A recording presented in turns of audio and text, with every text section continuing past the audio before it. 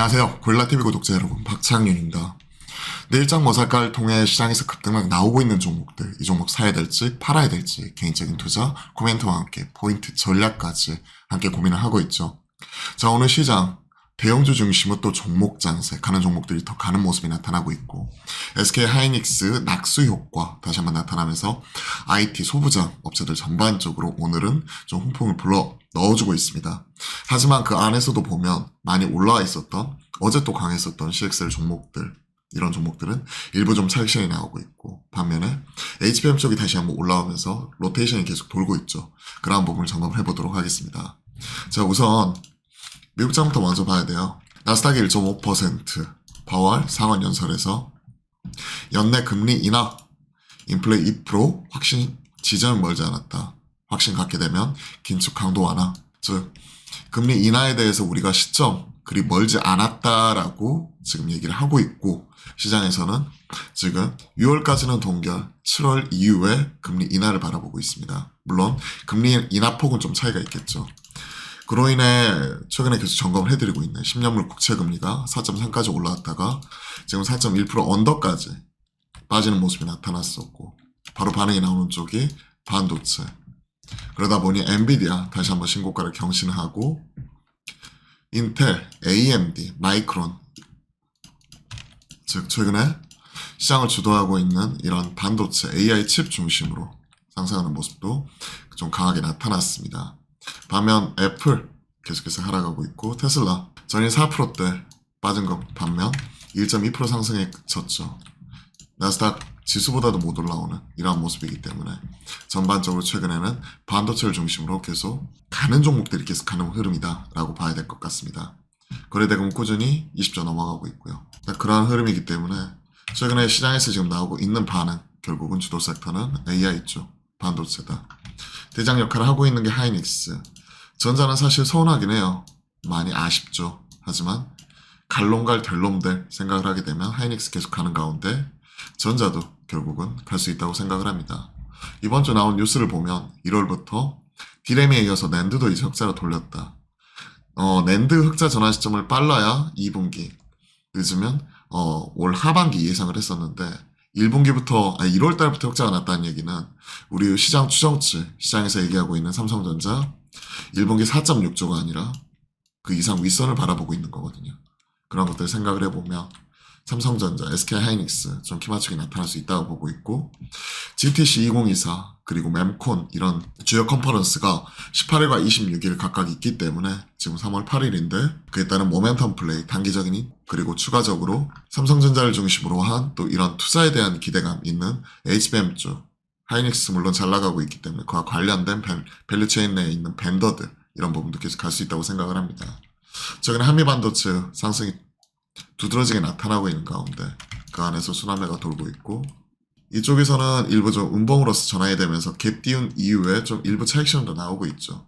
반면 ISC, TFE 같은 테스트 소켓 쪽으로 순환매가 돌고, 그리고 오늘 보시면 메커스, 고영, 인텍플러스 이러한 검사 장비 쪽, HBM 쪽 이런 쪽 같은 경우도 올라오는 모습이 포착이 됐고, 메커스도 지금 한 3주째 쉬고 있거든요.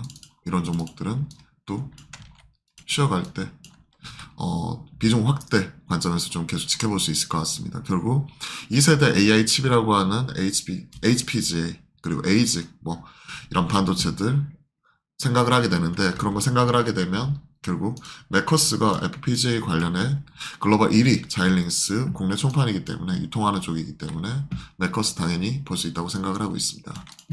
관련된 흐름들, 반도체 쪽, 이쪽은 빠지는 종목들 체크하면 돼요. HPSP도 갈 수 있다고 생각을 합니다. HPSP도 오히려 빠질 때 봐야 되고, 지금 좀 이상한 게 유진테크인데 사실 이렇게 약하면 안 되거든요. 주성 엔지니어링 이렇게 갈 때 유진테크는 상대적으로 못 가는데, ALD 쪽 이 종목 같은 경우는 일단은 보류. 왜냐면 밑에서 올라오는 거 이런 것들을 확인하고 더 보려고 했는데 장기 평선이라든지 기존 고점 라인대를 확실하게 벗기지 못하는, 즉 벗어나지 못하는 모습이 나타나고 있어요. 확실히 이걸 돌파를 해가지고 고점 라인대를 벗겨야 추가적으로 이제 업사이드 자체를 열어놓고 보는 건데, 그렇지 못한 모습이니까 유진테크는 상대적으로 약한 것 같습니다. ISC, TF 이런 종목들이 가면 리노공업 이런 종목들도 당연히 같이 갈 수 있는데 상대적으로는 반도체 그 중에서도 이제 시스템 반도체 쪽에 좀 더 리노버 같은 경우 테스트 오켓이 특화되어 있는 거죠. 포고 타입. 메모리 쪽에서는 결국은 ISC와 TFE 중심으로 가는 흐름인데 결국 앞서거니 뒤서거니 같이 가긴 할 건데 좀 더 탄력적으로 매매하시는 분들은 ISC, TFE 이런 종목들 밑에서 크게 돌리는 모습인데 이런 것들 눌림 나올 때 이렇게 음봉 뜨거나 눌림 나오거나 조정 나올 때 살 수 있다고 생각을 합니다. 이번에 박스권 상단 확실히 돌파가 나오는지 여부 이 부분도 확인이 필요할 것 같네요. 추가적으로 워낙 오랜 기간 기었기 때문에 올라갈 수 있는 여지는 충분하다고 생각을 합니다. 즉 오늘 뭐 10% 올랐다고 끝이 아니라 업사이드는 좀 더 열어놓고 보는 게 좋을 것 같아요. ISC, TFE도 마찬가지죠. 이 친구는 좀 더 강하게 돌파가 나왔기 때문에 ISC도 마찬가지로 그 흐름을 따라갈 수 있다고 생각을 하고 있습니다. 그래서 이럴 때 조정 나올 때 와갈 수 있겠죠. 자, 2차 전지 쪽은 전고체 배터리 쪽 이쪽으로 돌아버리죠. 인터 배터리가 오늘까지 하는데요. 지금 보시면 레이크 머티리얼즈, 이수 스페셜티 케미칼, 그죠? CIS라든지 테이펙스, 한농화성, 이수화학 그 중에서 이제 이수 스페셜티 케미칼과 레이크 머티리얼즈 중심으로 올라오는 모습이고 시장에서는 그레디언트도 관련 수혜주다라고 얘기를 하면서 지금 20%까지 뽑아버립니다. 작년에 이쪽은 그 투자를 했죠. 투자를 하면서 또 전고체 배터리 관련된 사업 이런 쪽을 얘기를 하고 있는데 관련 뉴스를 좀 체크를 해보면 작년 뉴스예요. 정석 케미칼 지분 17.94%, 2대 주주 등급 그러면서 이제 전고체 배터리 개발사다 얘기를 하고 있기 때문에 지금은 좀 기대감과 함께 같이 올라가는 모습이 포착이 되고 있습니다. 이런 쪽 같은 경우에는 계속 관심 있으신 분들은 홀딩 할 것 같아요. 워낙 가치중 관점에서 또 계속 언급이 되는 기업이니까. 그레디언트 체크, 삼성 SDI가 고가난 가운데 4.49% 어제 오늘의 주식을 통해서 점검을 했죠. 고가난 가운데 나머지 종목들 지금 현 시점에서는 테마성으로 순환이 돌고 있기 때문에 그런 부분 좀 체크해 보도록 하겠습니다. 즉 2차 전지가 주도 섹터로서 다 같이 가는 게 아니라 지금은 이쪽으로 로테이션이 도는구나. 그리고 리튬 쪽 뭐 이런 쪽은 오늘 미래나노텍, 강원에너지 이런 친구들도 순환매가 도는데 이쪽 죽고 이쪽으로 지금 돌고 있다. 그러면 이쪽 올라올 때 좀 일부 챙긴 다음에 조정 나오는 이쪽 리튬 쪽 이쪽은 트레이딩 가능하다고 생각을 합니다. 리튬 가격 그래도 꾸준히 올라오고 있기 때문에 이런 쪽이 나중에 시차를 두고 양극재부터 해가지고 배터리 이런 셀 업체들까지 확산이 되는지는 좀 시간을 가지고 지켜보자라고 말씀을 드렸죠. 자, 오늘 전반적으로 또 이런 종목 장세 로테이션 빠르게 돌고 있는데요. 그런 순환매 장세 대응 잘 하시고 SK 하이닉스 그리고 최근에 삼성 바이오로직스도 좋은 모습인데 삼성 바이오로직스는 길게 보면 이 종목 사야 된다고 생각을 합니다. 계속 뭐 우시바이오나 론자 비교를 하는데요. 삼성 바이오로직스가 지금 4공장까지 돌리고 있죠. 이제 5공장 이거 준공 시점을 내년 5월 정도 얘기를 하면서 5공장 얘기를 하고 있고 쌍둥이로 해가지고 6, 7, 8까지 지금 짓게 된다면 여기에 7조 5천억 투자를 한다고 하죠. 투자를 하고 이런 몸이 돌아서게 된다면 세계 1위 CDMO로 삼성 바이오로직스 계속해서 장기적으로 흐름 계속해서 이어갈 수 있고요. 작년에 매출과 영업이익 보시면 30%가 넘어갔어요. 매출 3조 6천억에 영업이익 1조 1천억 나왔죠. 딱 30% 정도 되네요.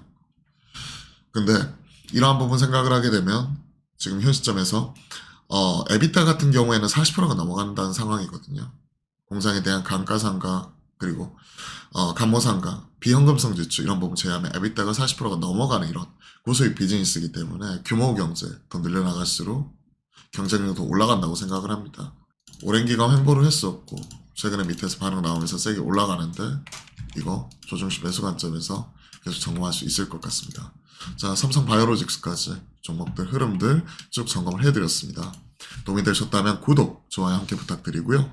저희가 매주 화요일과 목요일은 오후 12시 30분에 여러분들과 소통방송 맨날 만들어가고 있잖아요. 많은 참여 부탁드리고 뭐 궁금하신 내용 어떤 것이든 질문 주시면 제가 아는 선에서 최대한 답변 드려보도록 하겠습니다. 요즘은 한절기라 또 뭐 감기 걸리신 분도 많고 저도 목 상태가 그렇게 좋은 편은 아닌데요. 건강 잘 챙기시고 주말 편히 보내셨으면 좋겠습니다. 오늘 또 화이팅입니다.